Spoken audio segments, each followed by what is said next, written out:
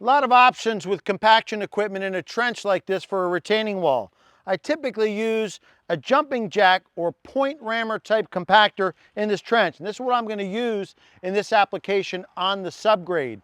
I'm going to step up to the vibratory plate there that's reversible for the densely graded stone that's going to go over the fence post foundation on my fence wall. Can't wait to show you that. Now the reversible plates go all the way up to this monster here, which has the comp patrol sensor on it, which tells me when I've achieved that level of compaction. With my excavation complete, my subgrade has been amended and compacted. This is going to be the area for the eventual grill island pizza oven area. We've already bench cut this area out and compacted it. That's going to be our 2 steps to the eventual interlocking pavement landing between the pool and the patio attached to the house. Subgrades amended, fabrics in, that looks great. My bench cut excavation for the retaining wall, kind of an amphitheater area, is all done. We have plenty of room there with our sandy soil to put that 3-foot column of clean stone in. And the posts for our fence post foundation are being cut now. We're using 2-foot links.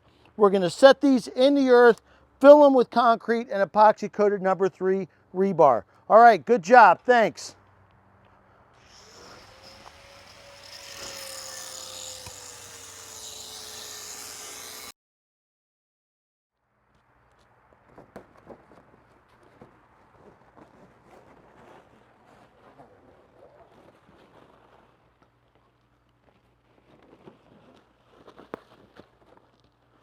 Okay, our final piece of geotextile for the trench on our fence wall is going in around our fence post foundation. That's a 2.5-inch galvanized pipe driven into the earth.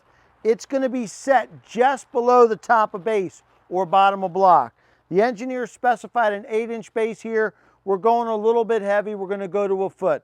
We've got the compactor. It's got the CompuSensor sensor on it, so we'll be able to compact it and know that it's returned to 98% standard Proctor density. Our overlap's 1 foot. We're good there. Oh, here you go. Let's tension that in and we'll be ready to go.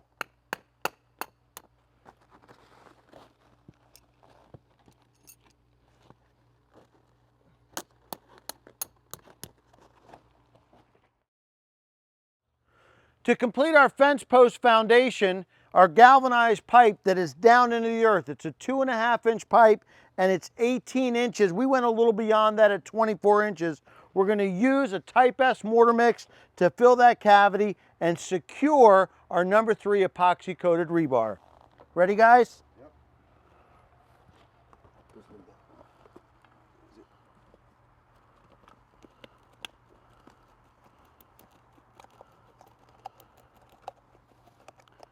Using a makeshift grout bag, all right, consolidate it into that cavity. Okay.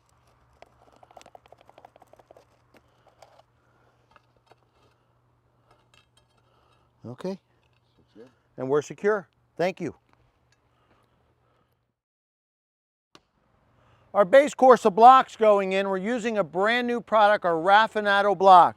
Really neat system, 7-inch and 3.5-inch system with a patented Techo-Bloc clip system. Now the clips are packaged with the block, they're included. You slide this clip down through this slot and it will pick up the channel on that previous layer, that layer just below it. Now this is a cord unit, which is really great for our fence wall application because we're going to be grouting that bottom course with Type S mortar mix through those cores. Ready for the next unit?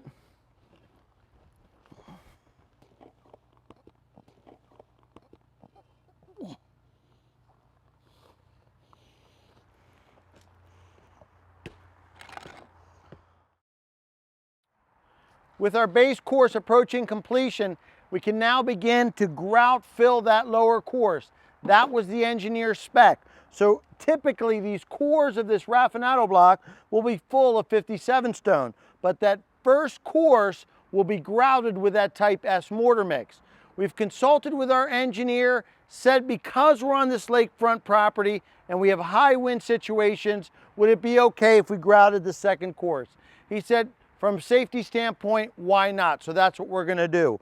We're gonna take this course, grout it, second course, grout it.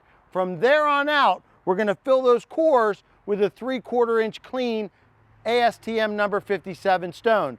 The reason we're transitioning, we don't want any of that mortar leaching out and staining our wall down the road. Come on.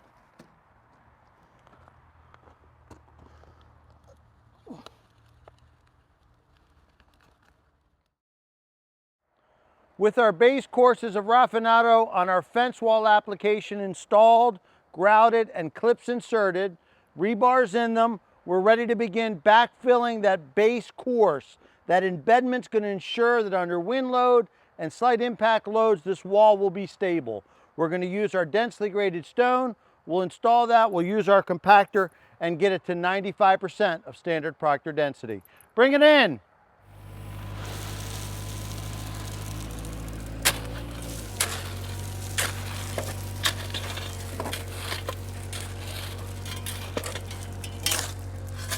All right.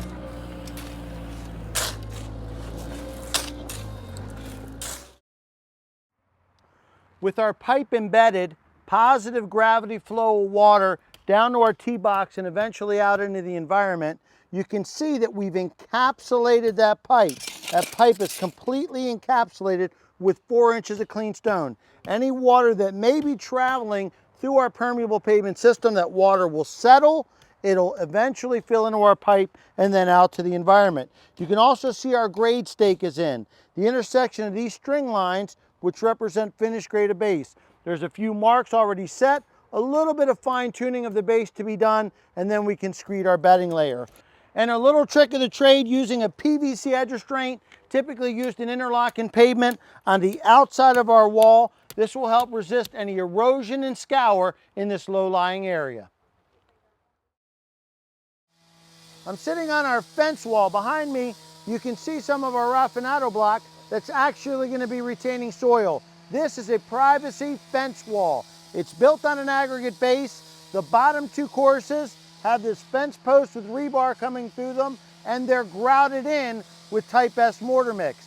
Every subsequent course is going to be adhered together using our FlexLock Ultra adhesive, adhered together and core filled with our 3/4 inch clean stone like this. So we're going to continue up 4.5 feet. Our raffinado double-sided fence wall is one of the more spectacular components of this job. With a 5.5 foot overall height with 2 colors, all we have to do now is cut our rebar, core fill this last course, and cap it. We're going to have a great privacy noise barrier wall for these homeowners. Raffinado really highlights the innovations of Techo-Bloc.